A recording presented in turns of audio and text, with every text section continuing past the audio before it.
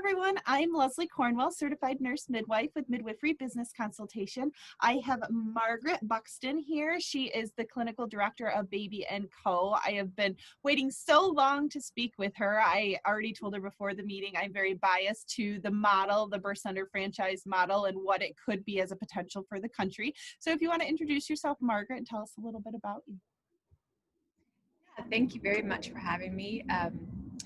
I started my midwifery career as a student at Vanderbilt, graduated in '99. My first job was in a birth center in Nashville. And I love birth centers. I've always had a heart for out-of-hospital birth. I was actually born at home myself on a hippie commune a long time ago. And my birth story is in spiritual midwifery. That's a little fun fact. That's very cool. For those who are interested. So I apprenticed actually for home birth. That was my introduction to becoming a midwife. I knew I wanted to finish nursing school and get my master's, and I accomplished that. And eventually, about 15 years later, got my doctorate from the University of Alabama, Birmingham. So I've been at Vanderbilt doing inpatient full scope midwifery starting in 2002 all the way up to 2014, all the while dreaming of getting back to the birth center world. And lo and behold, it kind of came to me through a healthcare startup called Baby & Co. that was founded by Kara Osborne, who's also a nurse midwife who graduated from Vanderbilt. And so we've kind of been on a journey for the last 5 years in Nashville with an integrated partnership between Baby & Co. and Vanderbilt Health. And that has gone well. Our practice now, 5 years old, we've closing in on our 2000th birth, and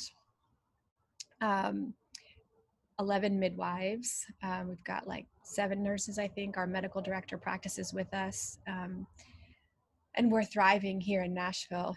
And I'm happy to report that in the 5 years since the birth center opened, close to the Vanderbilt Hospital campus, all the major other hospitals competing for OB in the community now have doulas and midwives and are building women's centers. And so this is an exciting development for women, showing what's possible when you sort of innovate and bring new energy in. And I think now in Nashville, we've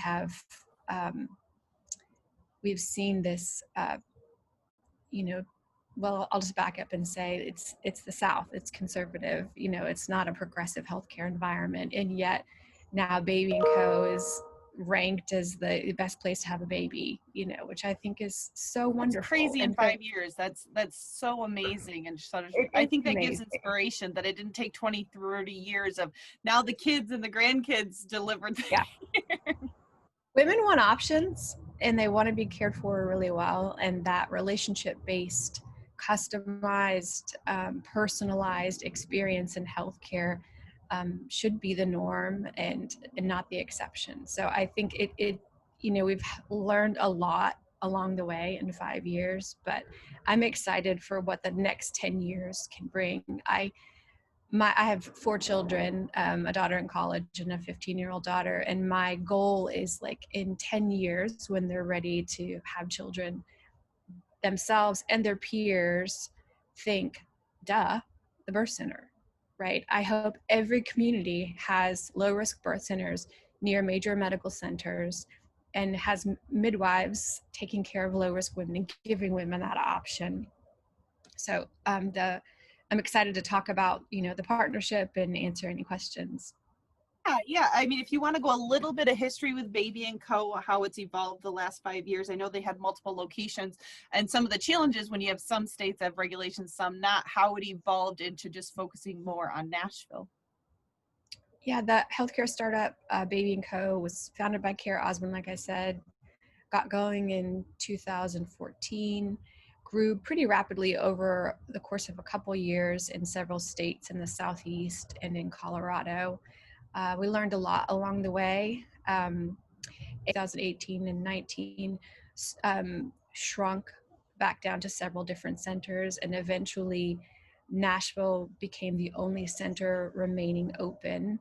And what happened in May of 2019 was that the decision was made that the healthcare startup was dissolved and the Nashville center was sold to Vanderbilt Health. Vanderbilt Health, had that provider contract for 5 years and began to see the birth center through the lens of the community and the value of it. And when Baby and Company was approached them to sell it, they were very interested, and that was completed just prior to the pandemic starting, which I'm super grateful, because I know that from a legal perspective, it would have never probably happened if it didn't close right before things went south with COVID. So.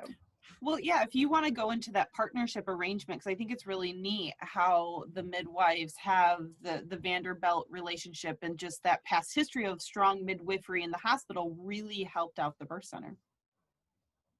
Right. So Vanderbilt had a thriving midwifery practice that was founded as part of their education system. As you know, Vanderbilt School of Nursing has the #1 midwifery education program in the country. So that when that program started, they knew they needed a faculty practice for students to be able to have clinical sites. So that hospital-based practice started in the late 90s and really grew. It was the only midwifery practice in town for hospital-based birth. There was a handful of home birth midwives here in Nashville, but that was it. And over those decades, women developed relationships with the Vanderbilt midwives, and the statistics from that practice were really outstanding. They're nationally recognized for their outcomes. And so, at our peak in, 2013, 14, statistically, we were doing about a quarter of the birth volume at the hospital, and that our epidural rate was 50%. So it was a perfect marketplace to plop a birth center nearby and say to all these women who went into a tertiary medical center and said, no, I don't want any bells and whistles. I want my midwife. I want to squat on the bed and leave as fast as I can. The hospital's like, very well, then here you go. Here's a birth center. And so it's a perfect relationship for Baby and Co. The Vanderbilt nurse midwives were well loved and respected in the communities. So those midwives were contracted to work at the birth center. And I got to be the one to kind of help pull that together. And then the healthcare startup hired staff and nurses and the support around that and did the bricks and mortar. So the center itself is located less than a mile away from the medical center. And of course, Vanderbilt Health then receives all of our maternal and newborn transports. So I think it's great just to get creativity of a win-win situation. I mean, the hospital's getting a great, credible relationship. They're getting a lot of referrals. Young families, if they haven't established a primary care, a pediatrician, they're already tapping into that resource. And I think a lot of the safety concerns that come with people considering a birth center startup is those transfers. It's not so much the bad outcome, it's the breakdown of communication, the collaboration. So I think, if you want to branch out more on that, I think it's amazing the relationship you guys have built there in 5 years. Yeah, and I think the success wasn't one thing. It was a lot of things working together. And you're right, the success in healthcare is built on relationships, those clinical partnerships. And when they remain strong and respectful, then things can go smoothly and seamless care can be a wonderful reality. And we certainly have tracked that carefully. We want to know from everyone who had a baby with us, what was it like if you stayed in the center and had a baby? What was your transport like? How could we have done better? What should we never stop doing that you really loved? I think for those who are interested in the idea of a collaborative experience with a birth center and a hospital, having a hospital-based midwifery practice makes a big difference, because if birth center midwives can't be the one to follow their clients, assume care, and finish the birth, then if they can sign out and hand off to another midwife, and it's a midwife to midwife transfer, that's a huge satisfier for clients. From a philosophical point of view, they know that that midwifery-led care is going to be emotionally supportive, seeking, shared decision-making, and something ultimately that the clients really appreciate in the end as they look back and say, I had across the continuum, I had an incredible experience.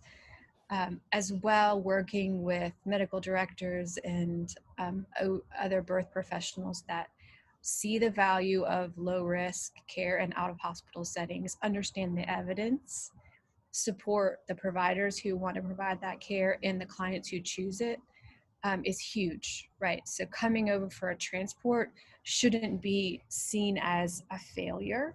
It's a success of true collaboration. It's a success when, a baby is able to go from the birth center to the NICU to receive the supportive care that's needed. So that's one thing I'll say that is a big part of what has made our birth center work so well. And I think birth centers are known for burning out midwives. We take on this Herculean effort to do it all and to try to make ends meet and take on more and more and more to make it work financially. And I would love to see a future where we abandon that idea, because what it does is it leads to burnout and ultimately closures. And one of the things that we've created at the Nashville Birth Center is what we've been able to secure good, respectable contracts for the work we're providing. And then we've worked really hard on the culture. So we're talking, the details around hours and vacation and the support that the midwives have. And I'm happy to report that we've come a long way. We've learned a lot, but our turnover is almost nothing. So the people that come there stay there, and we work really hard to tackle that work-life balance and what is too much call, what's enough, from a numbers perspective. When did we switch from doing 24-hour shifts to 12 because it was unsustainable? I could bore you for hours and hours and all that. Oh, I'm sure everybody's loving it right now, because that's my passion and soul, is starting midwifery business consultation. I think the big habit Achilles heels is the midwives will say, well, I want this building and I want this color wall. And I'm thinking, okay, we got to talk about the market analysis. We got to talk about the risks. We want a strong foundation for starting these birth centers. I mean, historically, long-standing birth centers have a really good collaborating relationship. It's typically community owned because it's not dependent on that fragility of one person. And there's a balance. Like, okay, is it better to have 2 midwives or 20 midwives or 10? There's that balancing act. But I think it's so important to have, like you talked about, a good structure, a good business plan, a good thought analysis of, okay, meeting with the medical director. What hospital are you thinking about having a relationship? Do they already have a midwifery practice? What does the community think of midwives right now? Like, what are those strengths and weaknesses that you have to overcome before your doors open? Right. It's short and long term. And you're absolutely right. So we're always looking for ways to improve in terms of our care and then our own internal structure. We are embarking now on a very ambitious integration with Epic. And so we have just come through a 7-month design phase of creating a version of Epic for out of hospital birth for our Wow, that's exciting. Care. And the exciting part is that the fields in the birth center charting system populate the record if she transports to the hospital. And so essentially the transcribing notes and all of the difficulties that we have with records going from one setting to another will dissolve, and it will truly be, from an EHR perspective, a seamless transport. So yeah, that's a huge improvement of safety standards. I mean, a lot of it's the breakdown of communications. It's kind of an emergency. The midwife's trying to recall exactly. I mean, it's in the system. They can look at it ahead of time before they get there. That's amazing. You guys are doing that project. So. The nurses as well. And so the other part we're doing is the charge triggers that are built into the system. And it's really interesting because we use the words admission and discharge in the birth center setting, but truly, like in Tennessee, it's licensed as an outpatient facility. So it's not a true admission because it's not a 24-hour stay, right?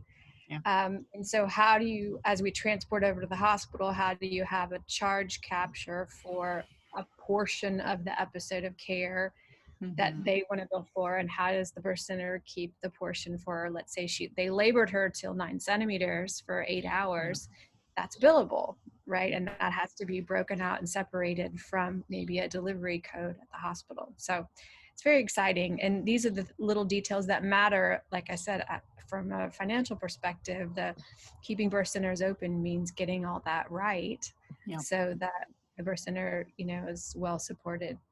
Well, and I think it's so important because I think midwives, it's not our strength. You either do the billing yourself, you do cash, you hire it out. But I think those gray zones, if it's outside of standard global maternity, there's transfers, there's extra things, like you're just as responsible for caring for the mom as you are keeping that practice financially sustainable. And if you're in a state where there's not birth center regulations, or if nobody's done this before, you guys are paving the way of amazing potential for other practices. So thank you. Yeah, I'm excited about it. And I think, our go live date is February 1st. So talk to me after that. Okay. But so far we're getting everybody trained, and, I am very optimistic about it working out well, and ultimately being an exemplar for other healthcare systems that want to have this type of service model for women. What suggestion would you have if some midwife is watching this video and she's saying, oh my gosh, I want this? What would be the basic first steps just to start the analysis? She's been dreaming about it and you're like, okay, I've been inspired. What would be some simple things for them just to take the next step forward? Who to talk to or resources to go to you guys have used? Yeah, I think exploring first the partnership. If you get the partnership solid, so everyone's goals are aligned. There's frank conversations about how the finances would work, what the shared governance would be with a major medical system. Get the partnership totally secure, and do that through this, talking to people. Who are the people in charge of the healthcare entity? What are their goals? Do they see the value in moving some low risk birth, not into an out of hospital setting, seeing that ultimately from a win-win versus a turf war or some type of competition.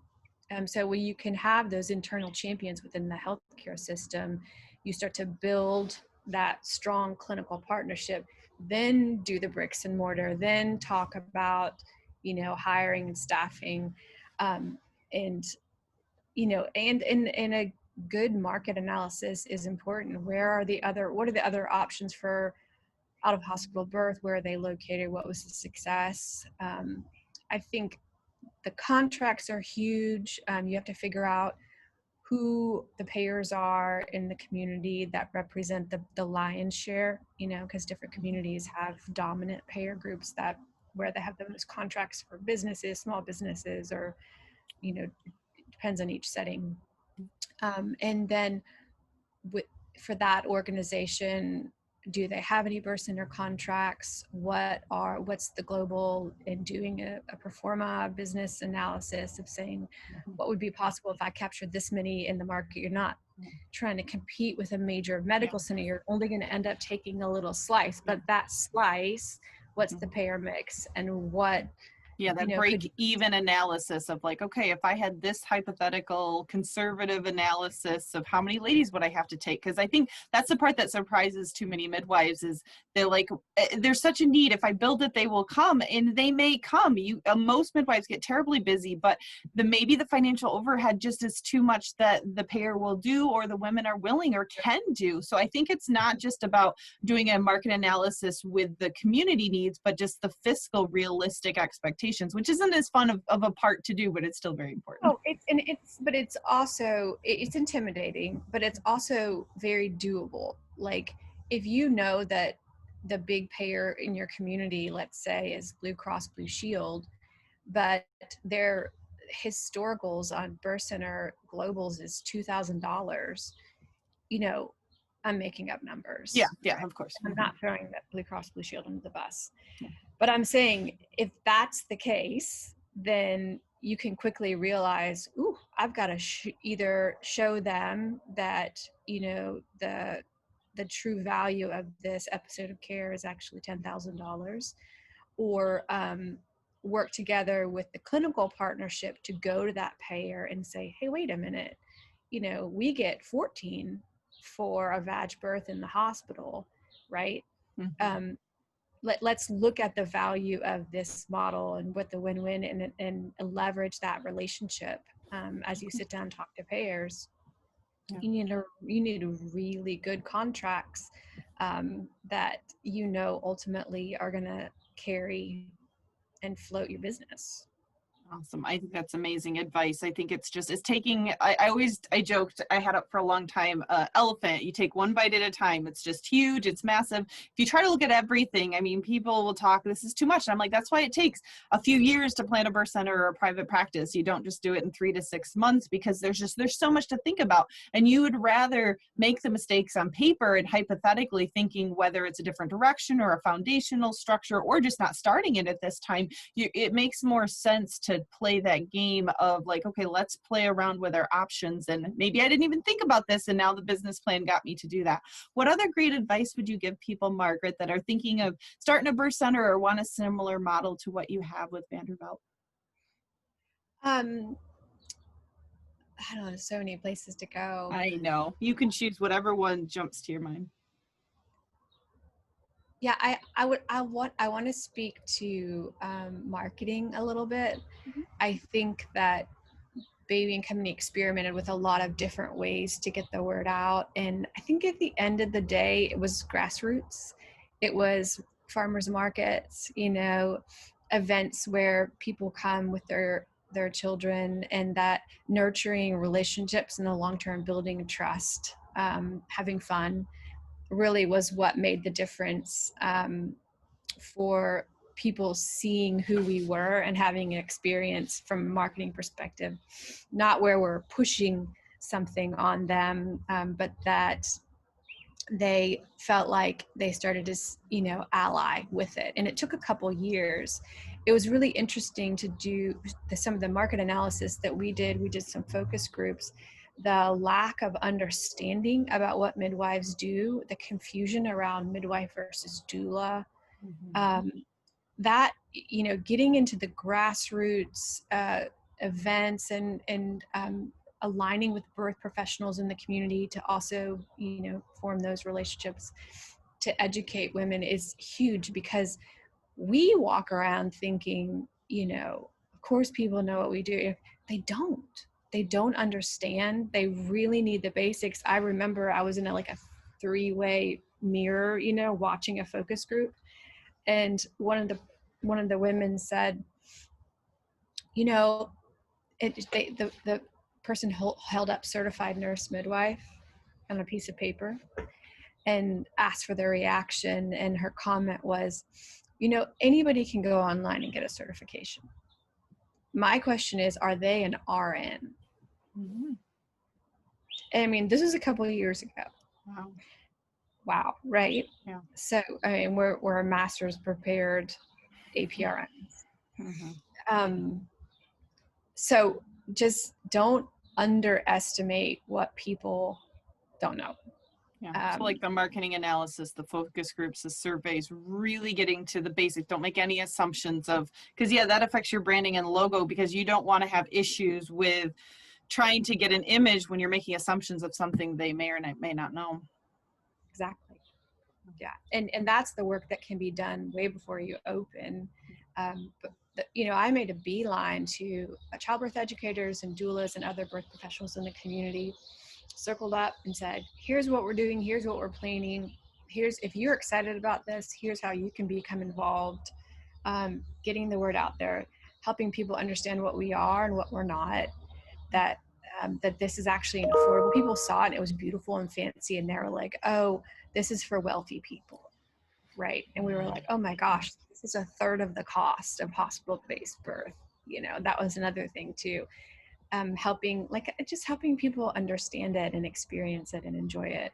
We hosted a lot of community events at the birth center for other organizations, just to get people on board. It's huge. Seeing it is worth believing. Yeah, I think it's just like making awareness of like when you see something new and beautiful in the stereotype of a birth center, people think, well, that's just the upper class or certain stereotype stigma goes there. So it's the education of what financial, do you have sliding fee schedules? Do you have a key cash payment plan? Like making people aware that this is affordable for anyone. Or I've seen a lot of great birth centers do like a foundation where they'll give away a birth a couple times a year just to help with being available. So there's so many ways you can help out your community and letting them know your mission and value from the forefront of who you would like to serve. And that's most of the time everybody that they can. Yeah, absolutely. And the last thing I'll say is just really robust, strong clinical protocols that are evidence-based, that you form in collaboration with your receiving facility, so that, you know, it doesn't mean that you're ceding control, but, you know, on the continuum of that healthcare partnership, it's important for all the stakeholders on the receiving end to know what you do, to know what you don't do, you know, and for that to be an ongoing conversation with transparency on your quality metrics and your outcomes. You know, all that goes a long way in building a really strong clinical partnership. Well, and I think I look at it as a positive of you're building that relationship stronger, you're getting to know each other more in the thought process, the clinical thinking skills, but you're also educating those providers. Maybe they understand nurse midwives in the hospital setting, they've had a great relationship for a long time, but they may be not the experts in birth center, home birth, and the differences of resources. So it gives you an opportunity for them to learn your supplies, your protocols, so then they feel more comfortable. And you have a streamline. I think that's where, okay, we're going to transfer to this place, and this is your startup protocol, and then you anticipate you're going to do this, and if they're not streamlined together, it does affect that safety and flow. Yeah. Okay. Well, thank you so much, Margaret. It was a pleasure talking to you. If there's a great way, if I'm assuming you're comfortable with people just reaching out if they have basic questions, if you don't mind Sure. giving your best contact information, I would appreciate it. Yeah, I'm reachable through email. It's margaret.buxton@vumc.org. I'm happy to field questions. Perfect. And I will put that in the description down below. So thank you so much for your time, Margaret. Have a great day. I appreciate you taking a break from the kiddos. So thank you. Appreciate it.